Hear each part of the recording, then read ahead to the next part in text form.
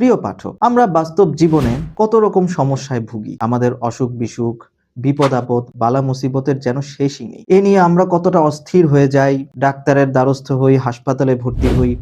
চিকিৎসা করার পরেও যদি কাজ না হয়, সেক্ষেত্রে কবিরাজের দ্বারস্থ হই, তদবির করতে থাকি। বিভিন্ন সমস্যায় আমরা জর্জরিত হয়ে থাকি। তারপরেও আমরা অদৃশ্য জাদুটোনা, কুফুরি এসব সম্পর্কে জানতে পারি না এবং এর মোকাবিলা করার ক্ষমতাও আমাদের নেই। প্রিয় পাঠক, সকল ধরনের রোগ শোক, বালা মুসিবতের বিরুদ্ধে সবচেয়ে বেশি শক্তিশালী আমল বলতে যদি কোনো কিছু থেকে থাকে, তাহলে অবশ্যই সেটা পবিত্র কোরআনের বর্ণিত আমল। পবিত্র কোরআনে বর্ণিত এই সমস্ত আমলকে নিয়েই হযরত মাওলানা আশরাফ আলী থানভী রহমতুল্লাহি আলাইহি লিখেছিলেন আমালে কোরআনী। আমালে কোরআনী এমন একটি বই যা এক ভিন্ন উপমহাদেশের মানুষকে দিয়েছিল আশার বাণী। হযরত মাওলানা আশরাফ আলী থানভী রহমতুল্লাহি আলাইহি ছিলেন একজন পীরে কামেল এবং দগ্ধ আলেমে দ্বীন। এই বইটিতে তিনি নির্ভরযোগ্য ওই সমস্ত দোয়া উল্লেখ করেছেন যেগুলো আপনি দৈনন্দিন জীবনের প্রতিটি ক্ষেত্রে পড়তে পারেন এবং এই দোয়ার উপর নির্ভর করে আপনি আল্লাহর উপর ভরসা করে সেক্ষেত্রে সফলতা লাভ করতে পারবেন। এর পাশাপাশি এখানে বিপদ আপদ, বালা মুসিবত এবং বিভিন্ন রোগের দোয়া, তাবিজ সহ আরো অনেক কিছুই দিয়ে দেওয়া আছে। এর পাশাপাশি জাদু টোনা, কুফুরি ইত্যাদি বিনষ্ট করার আমল এবং শেষ দিকে কিছু জিন ভূত